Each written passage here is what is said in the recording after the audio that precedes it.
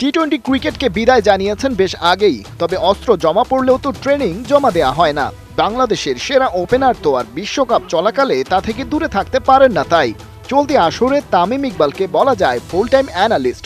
আন্তর্জাতিক গণমাধ্যমে বিভিন্ন ম্যাচের টু দ্য পয়েন্ট বিশ্লেষণ করছেন টাইগার ওপেনার। তার বেশিরভাগটাই বাংলাদেশ কেন্দ্রিক, তবে এবারে পাকিস্তানকেও পথ দেখালেন তামিম।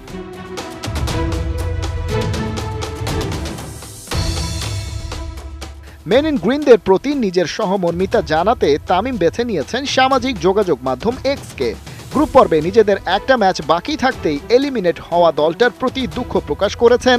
সেই সাথে জানিয়ে রেখেছেন ওদের পথ দেখাতে পারেন দেশটার সাবেক তারকা অলরাউন্ডার শাহিদ আফ্রিদি। ক্রিকেট দুনিয়ায় ছড়ি ঘুরিয়ে আফ্রিদি ব্যাট প্যাট গুটিয়ে রেখেছেন বেশ আগেই। তবে যুক্তরাষ্ট্র আর ওয়েস্ট ইন্ডিজের আয়োজনে এবারের বিশ্বকাপের গ্যালারিতে ঠিকই হাজির ছিলেন অতিথি হিসেবে। তামিমের পক্ষ থেকে আফ্রিদির দৃষ্টি আকর্ষণের কারণটা অস্পষ্ট নয় মোটেও, কারণ পাকিস্তানের জার্সিতে মারদাঙ্গা ক্রিকেটটাকে তো নিজের ব্র্যান্ডেই পরিণত করেছিলেন এই অলরাউন্ডার। টি-20 ছক্কার খেলা আর আফ্রিদি ওয়ানডেতেই গড়ে রেখেছেন ছক্কার রেকর্ড। ৩৯৮ ম্যাচের ওয়ানডে ক্যারিয়ারে ৩৫১ ছক্কা হাঁকিয়েছেন। এমনকি তাকে পেছনে ফেলতে পারেননি দুনিয়া কাঁপানো ক্যারিবিয়ান হার্ড হিটার ক্রিস গেইলও।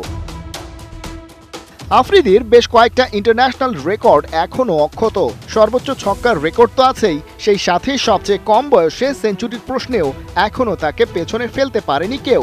টি-20-র শুরুর বেলায় যে ৯৯টা ম্যাচ খেলেছেন সেখানে ব্যাট করেছেন পাক্কা ১৫০ স্ট্রাইক রেটে।